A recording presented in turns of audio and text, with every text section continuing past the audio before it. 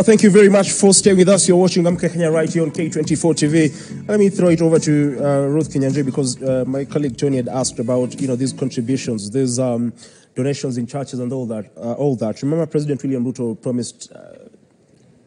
I wanted to say just some little money, but it's not so little. To Harambee Stars, they already bagged the first million shillings, which totaled around 42 million. But if they, get through all the stages and eventually win the tournament, they will have received around 793 million, which is more than half the cash prize for winning this particular tournament. But concerns are being raised in regards to, there's just funds that are laying somewhere ready to be dished out, and its connections to all this illicit financial flows that they're talking about. Thank you. One of the things that happen, it's not bad to give money. That is one thing. And especially if there is accountability. Of course, accountability is one of the biggest things that we lack, of course, in Kenya, and you know that. However, when also such kind of money goes to a small group of people, then you tend to also ask, what is the impact even to the economy and to the people out there? And even, say, for example, the sport fraternity, or even to the churches. How many churches are there in Kenya? How many are receiving some of these donations? Then you can be able to, as an economist, then you can be able to evaluate the impact throughout the economy. So, and even when it comes, for example, to the Harambee Stars, what about other sports fraternity? What is the impact in terms of the money that they have been given? And also, the other thing also is a perception, because anything done has to have a perception. What is a perception that needs or is being elevated when it comes to the public? What does the public, what are they being shown in terms of what is being portrayed in terms of the money being given out? That is one of the major things. Secondly, I think if this money was being given while addressing the main issues, like, for example, the haves and haves not, I think that can really be a good thing to recall, because one of the biggest questions and things that we should be looking at right now is reconciliations. And reconciliation goes from the perception to the reality, so that government say they're giving this because they're looking at enabling a certain sector for ABCD. That's number one. Number two, reconciliation of the haves and have-nots. Those are some of the contentious issues. Reconciliation of, say, they are giving that to Harambee Stars because they want to reconcile the young and the old. And also there can be also a reconciliation, say, and that can really tackle a lot of issues that we have seen with Gen Zs. So the critical questions is, are they being answered? And maybe that is a big question on the table, because when a small section of the economy is empowered, while the majority still is being left not empowered, then we cannot say that is still empowerment. There's still to be done. You asked another question about where is this money coming from, and that is where we need to know whether it's is it coming from maybe the pockets of the people who are giving, or where are the major donors of what is happening. Even answer that question, where this money is coming from, this question comes from an angle whereby tumekuwa na kesi ya e-citizen juzi ya around 11 billion, hajua kwenye imeenda. Kumekuwa na story nyingi sana. That's a question ambayo inakuja in this 11 billion question of e-citizen and so and so. And those are some of the questions that really need to be answered. I don't think 11 billion is a big amount of money to be reconciled. And that's why I've said the key word today is reconciliation, in terms of where can we say 10 billion has. Because some of these things, when actually they are left for a very long time, then people will agitate at some point and need and ask for accountabilities. So whether it's through the communication from the government, whether it's communication from the people doing the empowerment, how can they be able to defend that these are not political kind of stuff that are being done, or whether it's not early campaign? The explanation of that then will leave the common mwananchi feeling that they are covered and their people still are covered. One of the impact that we saw, or one of the things that we saw, is that people are trying to calculate some of the impact, especially done by some of the politicians, saying any person or the people at the particular areas, the bottom line they are getting is around 65 shillings. You can see it's very minuscule, but you can see if it's not really, it can have a big gist, but in terms of the impact, there is no impact. So those are the things also to rethink and wise, and also be able to have a kind of like a manifesto. It's good to have a plan, because any strategies that needs to work need to be explained. If that is not happening, then there is no impact. Now, still in the same, but not in connection to all this, financial illicit flows, Ruth, is the fact that, Kenyans might be, unaware in regards to where this money is coming from, whether it's from, personal accounts or from public coffers. But if it's from public coffers, it leaves a lot to be desired because we have crucial sectors like the education sector. We have matters capitation, which has been, subject to public, scrutiny in recent weeks because the CS for Treasury said we don't have funds to, offer the 22,000 in capitation that should be offered. We can only offer 16,000. Then if this, money that is being dished out left, right, and centers from public coffers, then it leaves a lot to be desired, really. It means there is money, yes, but we're using the money on, things that should not, really of priority in regards to what is, at stake here, especially in the education sector. I totally agree with you because let me tell you one thing, Ian, whether it's for the past 20 years that I know you guys, I'm not sure whether you guys were born, but anyway, I know you could be somewhere. Yeah. But one thing I can tell you that this country is it's a self-reliant kind of a country. And we actually, we are at a point we cannot be able to leave the very important things of this country and leave them back or send them back to the common mwananchi. And one of those two, especially most of the important things in this country is, of course, education that you've mentioned. And the second one is health, because health is what people rely on. Actually, at that point, they are helpless. So seeing that education is something that has recently been juggled here and there, and still people don't know where they lie. Today, parents are being told to pay. Tomorrow, they're being told it.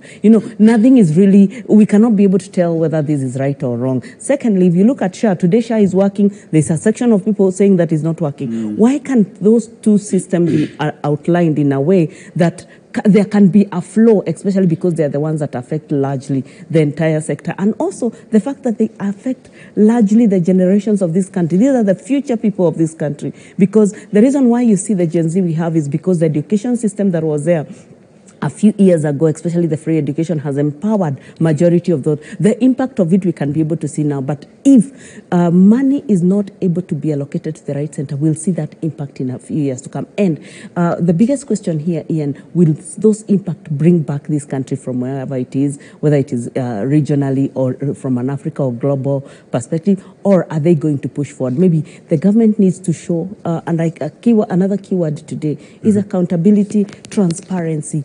And the third one is also giving hope, because there's nothing as giving hope. Already, I can't say really struggling economy, but in a place where we can say that this country is self-reliant.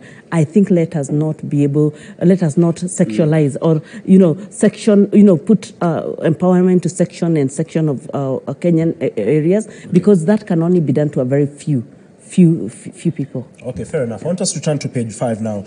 And they say energized Gen Z take on old guard in Baringo poll. They say powered by the protests across the country since 2024, emerging youthful face reality in the Senate race. Now, I want us to look at this not only in the context of the Baringo senatorial by-election, but also, by-elections across the country. I think we have around 7 vacant MP seats in the country as it stands, and IBC is preparing to hold by-elections in these, electoral, these constituencies and the Senate, and even members of county assembly. Their seats are wards which are, do lack representation in the county assemblies. But let me ask you, the youth have been on the forefront of the protests and calling for accountability from the government. And they say the time is now. It's no longer about the youth are the future. We are the future. Yes, they do agree, but they say the time is now. These by-elections will prove to be crucial in terms of the youth also taking center stage and, presenting themselves as the alternative, because they say the old guard are, enabling corruption, there's, nepotism and all that. And now to change that, they need to, get themselves into positions of, power, into the table, into the decision-making table. How crucial will the young voters be in these by-elections? And do you deem this as a chance for them to showcase what they have to offer, it being at least or barely 2 years to the next general elections? I think it's time, and I've looked at a few places that IBC will be taking election, and I think a few or a number of youth have presented themselves for the next election. I saw one yesterday saying that it is not about my parents or the wherever I've come from. It's about the leadership that I can be able to demonstrate and bring on board. And there's a lot of leverage right now because the Gen Zs already are really out to vote. Those who could not even vote during the last election are now in a position they can be able to vote. And with that in mind, I think this is the right time. And I like the fact that Gen Zs are fearless. And with that kind of fearless generation, then we are able to see a new crop of leaders that is going to take this country to the next level. So I'm really excited to see what will happen in the next, in the by-elections that will be coming in a few months. So it's a good opportunity. Right. Tukiacha the by-election ambayo inahusiana na masuala ya Baringo na kila kitu ambacho tunaona pale kuna Linus Kamket, an advocate of the High Court and a relative to Tiati MP William Kamket, and also we have a Wycliffe Kipsang Tobole, a Kiswahili teacher at Sacho High School and former student leader at Kenya University. Now, tukiacha na masuala haya, you are saying ya kwamba uchaguzi 2027 utakuwa kipekee. Manake right now tuko na the whole generation, the whole revolution from last year 2024 tukisonga mpaka 2027. Unasema uchaguzi utakuwa na kipekee na nafasi za vijana kwa mahesabu ya haraka how watachukua asilimia ngapi hivi? Let me just take you back even before I mention anything to do with the youth. Already we have a lot of staggering decisions that the main political parties are making. We can see that they have delayed decision. It's like they're not really ready to make decision in terms of who they are supporting or no. That's number one. Secondly, there's a rise now because next election is not going to be dictated by tribes or which area or which region you come from. Maybe even before I come to money. But you can see already in terms when it comes to the youth, already we have a new tribe, and that tribe is the biggest right now. And we saw some people saying that the youth are also being joined by their parents, and vice versa. I don't know which one is true, but I think it's the youth which are now almost leading their parents, and I've seen that even from my house. But still, at the same time, even when it comes to money can be able to influence and make decisions at the very top level, and also last minute decision. But still, masses are also not going to be ignored. As we have said, if that money then is going to be distributed countrywide, it's going to allow for that. But we cannot ignore some of the things that will be upcoming or revolutions that are going to be coming out of the next generation. Those cannot be ignored. There are many people that will be influenced, but there are a number of them that will not be influenced. Fair enough. Because of time, let's shift gears to page 7, because I also want us to look at the Daily Nation and the Standard. And on page 7, they talk about IEBC and its preparedness, the issue of boundaries delimitation. Of course, that is a constitutional obligation, but the timeline's already lapsed. But I want to ask you a single question here, because IEBC CEO Majan Hussein Majan proposed that there should be a shared broadcast signal for the 2027 general election, citing that different results from different media houses can cause public confusion and uncertainty. Many Kenyans online have poked holes into this particular proposal. They say this could be a plot to try and rig the polls as well, or enable poll manipulation. From where you sit, is this a proposal that you support? I think some of that needs to be brought actually forward as soon as possible. And actually the swiftness of IBC is what is going to really determine.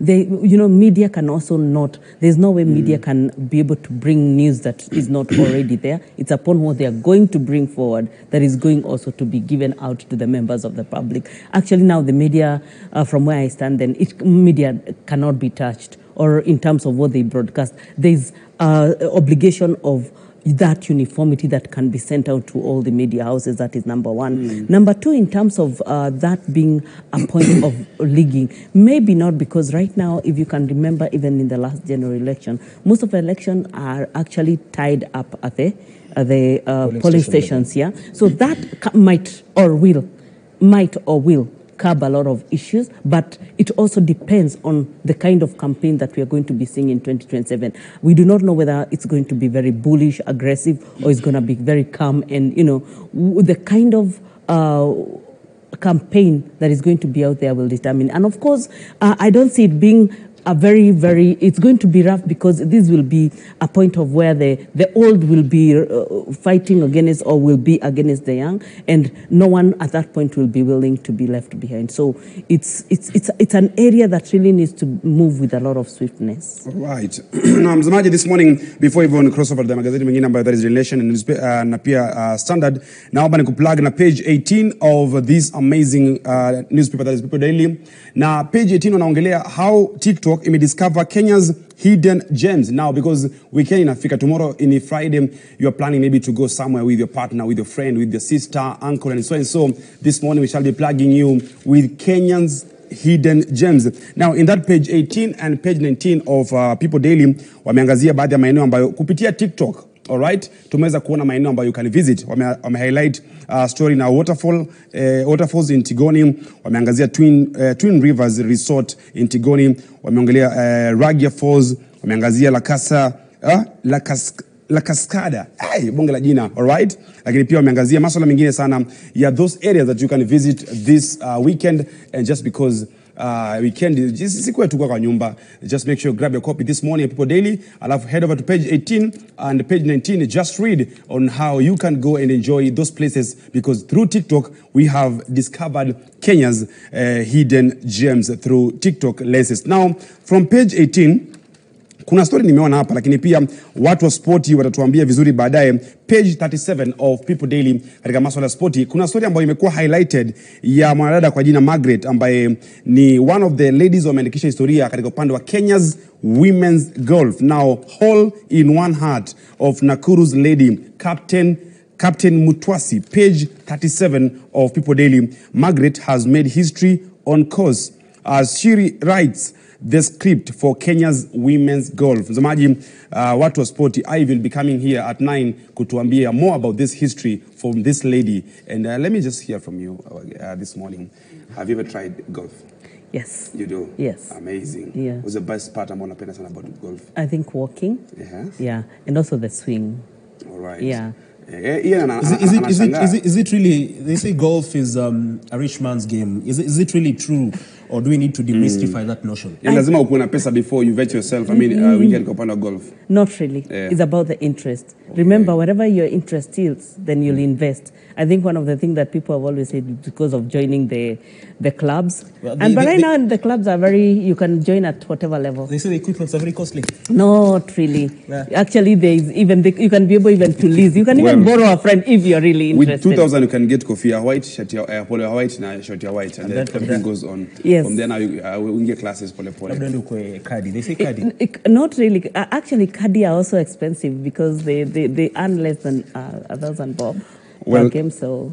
Tuingie kwanza standard, alafu nitamueleza more about golf. Kidogo ni kama haelewi jamaa. You see, Tony, branding even a miles off it. But let's shift gears a little bit and talk about the Daily Nation and the Standard. And on the front page of the Standard, they say, blue-eyed no more. Once hailed as Washington's golden boy in Africa, President William Ruto now faces a dramatic fall from grace. A U.S. Senate amendment is calling for a full-scale reassessment of Kenya's privileged status as a major non-NATO ally. The same United States that rolled out the red carpet for Ruto in a rare state visit just over a year ago now accuses Nairobi of betraying its commitments to democracy, human rights, and regional stability, among other issues. Now, I just want to rope that in with what the Daily Nation is saying. On the Daily Nation, they say Ruto answers the U.S. a day after public disclosure of a push for President Donald Trump's administration to investigate Kenya's ties with rivals of the United States. President Ruto has defended the country's bond with China, citing trade benefits, but he did not address other governance questions like the links to RSF, that is of Sudan, and abductions. That will be the subject of the inquiry, if sanctioned by the Congress. Now, I want to talk about the issues of matters economics, and it's good you're here, Ruth. First of all, the president yesterday dismissed, the United States, saying that they're just a bit bitter because he has decided to, work with China. And in fact, he said China has decided to buy our coffee, buy our, avocados, and all that. And he will continue to work with China because that is for the best interest of the country. What impact will his sentiments have on the country's economy? And as you answer that question, there's a comment here by Kibet who asked, ameuliza kwamba, is this our national interest or is it personal interest? Before Kenya was a member of non-alignment movement, ni interest ya mtu mmoja ama ni interest ya taifa? That question, of course, is very deep because of the many, especially the accusation, I call them accusations that have been brought forward, also because of the word betrayal. You know, when it comes to betrayal is something we can call perceived, something perceived, might be or might not be, you know, and it's a perception. That is number one. Number two, when you look at this country for the last more than 30 years, I think we have really had a good relationship with United States for many years. Not even more than a year ago. I think just slightly more than a year ago, we saw President Ruto in White House, you know, and there was a big buzz in terms of Kenyan working and opening businesses in the United States and all that, and how the whole economies is going to go between Kenya and the United States. However, a lot has changed after that because there was a coming in of a new president from the U.S., and also the fact that there is a big thing of policies that have come to affect Kenyans in one way or the other. The withdrawal of U.S. aid, which has really been helping, especially the medical sector of this country, and I feel like that is how maybe we are exposed when it comes even to SHA and all that, because now a lot is being needed even from a government, because where the help is withdrawn, somebody has to fill the gap. There is no vacuum. Some of these things. So with that in mind, then can the accusation then, I feel like whether these things are being tabled for us to listen what really happened, we need to know the bottom line. By the time the word betrayal is coming to, somebody is feeling, there must be somebody feeling like they have been betrayed, then why is that happening in terms of governance, in terms of human rights that are being mentioned, in terms of even trade? There is already something that has come forward about the current Mombasa-Nairobi highway, and that had been said that it has been contracted to a U.S. firm. So business is still going on as usual from the back, but now even the trade lies between Kenya and China, those have still been continued even during Kibaki's time. So this is not the first time that Kenya is really interacting with China. Now, the nation, you can see the same story about tunaongelea Ruto ameweza kuwajibu US, all right? Kusema kwamba he will continue working with China. In this story, on the nation, they say Ruto answers US. In my question, 2024 tumeona makampuni mengi ya kilivu nchini Kenya yakiondoka. Matamshi yake ambayo ametoa siku ya jana na amejibu taifa la US is something ambayo ita affect uchumi, of course, kwa njia moja ama nyingine, which impact economically itakuwa nayo in everything they are saying now, because at the end of the day tumeona from 2024 kulikuwa na that report. One of the things I can tell you for sure is that first, businesses have continued to be there, whether China has been there China has been there. I think it came more even significant during Kibaki's time. So business between Kenya and China has always been there. But the impact, of course, of the US thing is going to have a lot of impact on us. First, because we have previously been viewed in the bloc as having a very huge cost of doing business. You know, our cost of doing business is very high. And the fact that there has been a lot of withdrawals from the US aid the last 1 year or the last few months, then still that is going to affect how the US does business with Kenya. Also, we can say even since the last time of the previous US ambassador, I think the one who was there before the recent former US, there was really good relationship. Since the new one came, there has been a very quiet kind of an association, and that hasn't felt like it's pushing. However, when it comes to the regional bloc, I think Kenya economically is still going to move forward, but maybe the withdrawal of a few multinational here and there, the withdrawal of aid is still going to, but also the words President Trump is coming with, they're still going to affect in how other countries perceive us, because then we are not going to be seen as a safe haven like we have previously been seen, like a place where other countries can trust and come and do their things. Then we are going to be seen as a more riskier country. And when we are viewed as risk, then the attention is going to move elsewhere, and we must not let that attention go elsewhere. Fair enough. As we wind up and you give us your final submissions, Ruth, What do you make of the other issues being raised? Ruto's links with, the RSF in Sudan, which has been accused of genocide and, rape and all that, and also matters of abductions and killings witnessed in the country since the June 25th, 2024, because they're saying they will investigate that as well. I think those are things that I know they haven't been dealt with even since the times of Gen Z's. From last year to date, those haven't been seen.